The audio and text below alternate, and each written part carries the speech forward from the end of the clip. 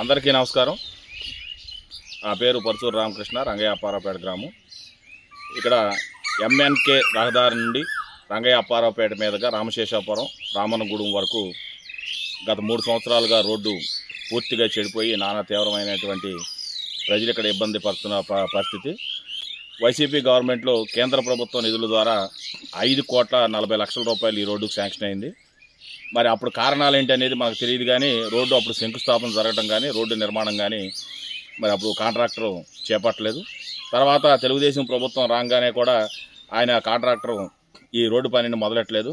ఒక రోజున నేనే ఎమ్మెల్యే గారితో మాట్లాడి చొరవ తీసుకుని ఎమ్మెల్యే గారికి ఈ గ్రామ ప్రజలు పడుతున్న తీవ్ర ఇబ్బందుల గురించి ఆయనకి డిసెంబర్ 10వ తారీఖున ఆయనకి స్వయంగా హనుమాన్ జంక్షన్లో ఒక ప్రైవేట్ కార్యక్రమానికి వచ్చినప్పుడు నేను విజ్ఞప్తి చేయడం జరిగింది.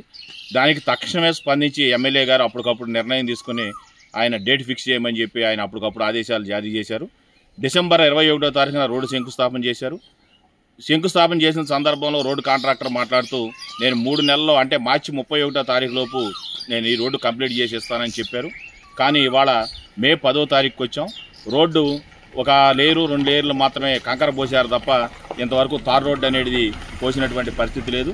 అలాగే రోడ్డు గ్రామం ఎంత అయితే ఉందో గ్రామం విస్తరణ అంత దూరం కూడా సిమెంట్ రోడ్డు పోయాల్సి ఉంది, సీసీ రోడ్డు.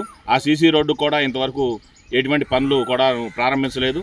కానీ కాంట్రాక్టర్ ఫోన్ చేస్తేనే కాంట్రాక్టర్ ఫోన్ లేపే పరిస్థితి లేదు. నిన్న ప్రజా పరిష్కార వేదిక ఏర్పాటు చేసి ఎమ్మెల్యే గారు ఈ బాపులపాడు మండలంలో ఉన్నటువంటి వివిధ సమస్యల మీద ఆయన అర్జీలు సేకరించినప్పుడు ఈ విషయాన్ని ఆయన దృష్టికి తీసుకెళ్లడం జరిగింది. ఆయన తక్షణమే అధికారులకు ఆదేశించారు ఈ రోడ్డు త్వరితగతిన పూర్తి చేయాలని చెప్పి. ఈ రోడ్డును త్వరితగతిన పూర్తి చేయాలని చెప్పి మేము మా గ్రామ ప్రజల తరఫున విజ్ఞప్తి చేస్తున్నాం. ఇప్పటి నుంచి కూడా కాంట్రాక్టర్ ఎంత స్పీడ్గా చేసినా కానీ ఇంకా 3 నెలలు పట్టే అవకాశం ఉంది ఈ రోడ్డు పూర్తి అవడానికి. ఈ 3 నెలల్లో వర్షాలు వస్తాయి.